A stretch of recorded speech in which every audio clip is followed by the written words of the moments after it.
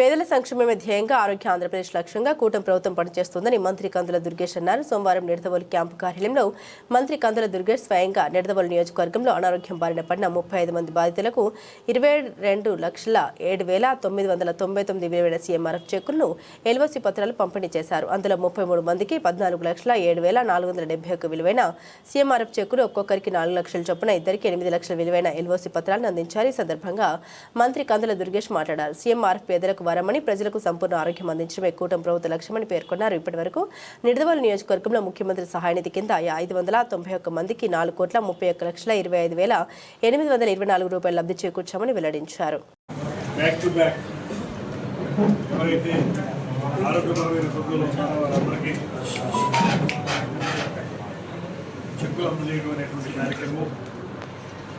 నిరంతరం కొనసాగుతూ ఉంది.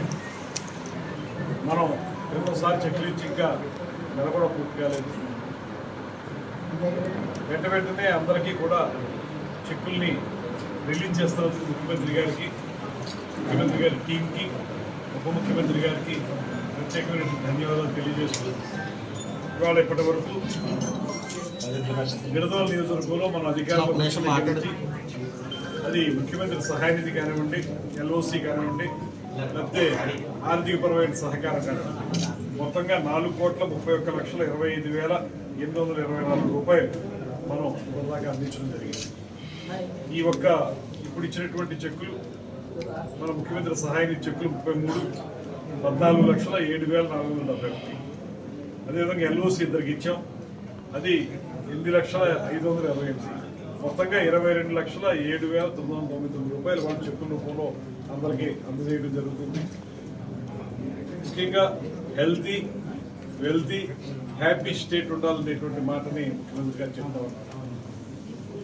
అందుకే ఆయన ఆరోగ్యపరమైనటువంటి ముఖ్యమంత్రి సహాయ నిధి కార్యక్రమాల విషయంలో ఎప్పుడూ కూడా వెంటనే వాటిని పూర్తి స్థాయిలో ప్రాసెస్ చేసి మనకి ఈ చెక్కులు అందించడం అనేటువంటి కార్యక్రమం జరుగుతూ ఉంది. అందుకు ముఖ్యమంత్రి గారికి మన అందరి తరఫున కూడా ప్రత్యేకమైనటువంటి ధన్యవాదాలు తెలియజేస్తూ ఆంధ్రప్రదేశ్ని ఆరోగ్య ఆంధ్రప్రదేశ్గా తయారు చేయాలనేటువంటి ముఖ్యమంత్రి గారి ప్రయత్నం, దానికి సహకరిస్తున్నటువంటి ఉప ముఖ్యమంత్రి గారు, పైన ఉన్నటువంటి నరేంద్ర మోడీ గారు అందరూ కలిసి డబుల్ ఇంజిన్ సర్కార్ ఇవాళ ఈ రాష్ట్రంలో అన్ని సంక్షేమ కార్యక్రమాలను చేపడతాం.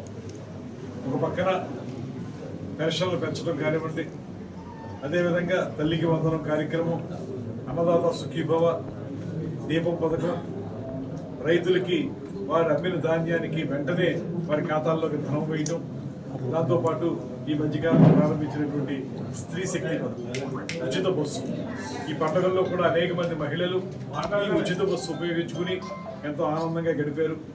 ఈ రకమైనటువంటి సంక్షేమ కార్యక్రమాల ద్వారా ఒక పక్కన మనకి సూపర్ 6 ఏదైతే ఉందో దాన్ని సూపర్ డూపర్ హిట్ చేయడం మాత్రమే కాకుండా, మరో పక్కన వివిధ రకాల స్థాయిల్లో పెట్టుబడులు తీసుకొచ్చి, అది ఐటీ రంగం కానివ్వండి, పర్యాటక రంగం కానివ్వండి, ఇతరత్ర ఏ రంగం చూసుకున్నప్పటికీ కూడా పెద్ద ఎత్తున పెట్టుబడులు తీసుకొచ్చి అభివృద్ధిని మరో పక్కన చేస్తా ఉన్నారు. సో సంక్షేమాన్ని, అభివృద్ధిని చేయడంతో పాటు ఇలాంటి ముఖ్యమంత్రి సహాయ నిధి కార్యక్రమాల ద్వారా పేద ప్రజలందరికీ కూడా ఆరోగ్యం అందించేటువంటి కార్యక్రమాన్ని కూడా ముఖ్యమంత్రి గారు చేపడుతున్నారు. అందుకు ప్రత్యేకంగా మరొకసారి ధన్యవాదాలు తెలియజేస్తూ మన నిడదవోలు నియోజకవర్గం అన్ని రంగాల్లో ముందుకు వెళ్ళాలని మనం చాలా చక్కటి ప్రణాళికతో ముందుకెళ్తా ఉన్నాం. నేను నిన్ననే మన కానూరు సిల్వర్ రోడ్డు చూశాను, ఇవాళ కూడా కొన్ని రోడ్లు చూస్తాను.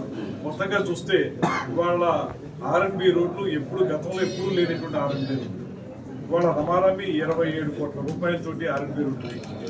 అదేవిధంగా మొత్తంగా 400 చిల్లర గ్రామీణ రోడ్లని మనం వచ్చిన సంవత్సరం కాలం చేస్తాం. దాంతోపాటు రాబోయే రోజుల్లో మరిన్ని పంచాయతీరాజ్ ద్వారా ఉప ముఖ్యమంత్రి గారి సహకారంతో ఒక 28 కోట్లతోటి లింక్ రోడ్లన్నింటినీ ఏర్పాటు చేయడానికి ప్లాన్ చేస్తా ఉన్నాం. డ్రైనేజీలు కొన్ని తయారు చేసాం. అదేవిధంగా మరికొన్ని డ్రైనేజీలు, పుంత రోడ్లు కూడా చేయాల్సి ఉంది, అవన్నీ కూడా చేస్తాం.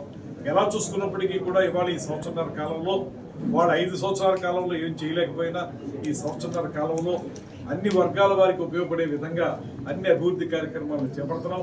ఇలాంటి సంక్షేమ కార్యక్రమాలను కూడా చేపడుతున్నాం. కాబట్టి అందరినీ నేను కోరుకునేది ఏంటంటే ఈ కూటమి ప్రభుత్వాన్ని మీరు ఆశీర్వదించండి, సహకరించండి. ముఖ్యమంత్రి గారు, ఉప ముఖ్యమంత్రి గారు చేసేటువంటి ప్రయత్నాలని మనందరం కూడా పూర్తి స్థాయిలో సహకరించి ఈ రాష్ట్రం మరింత ముందుకు పెట్టడానికి, ముఖ్యంగా మన నిడదవోలు నియోజకవర్గం అద్భుతంగా ప్రగతి సాధించడానికి మనందరం కలిసి కృషి చేయాలనేటువంటి మాటను తెలియజేస్తూ సెలవు తీసుకుంటాము.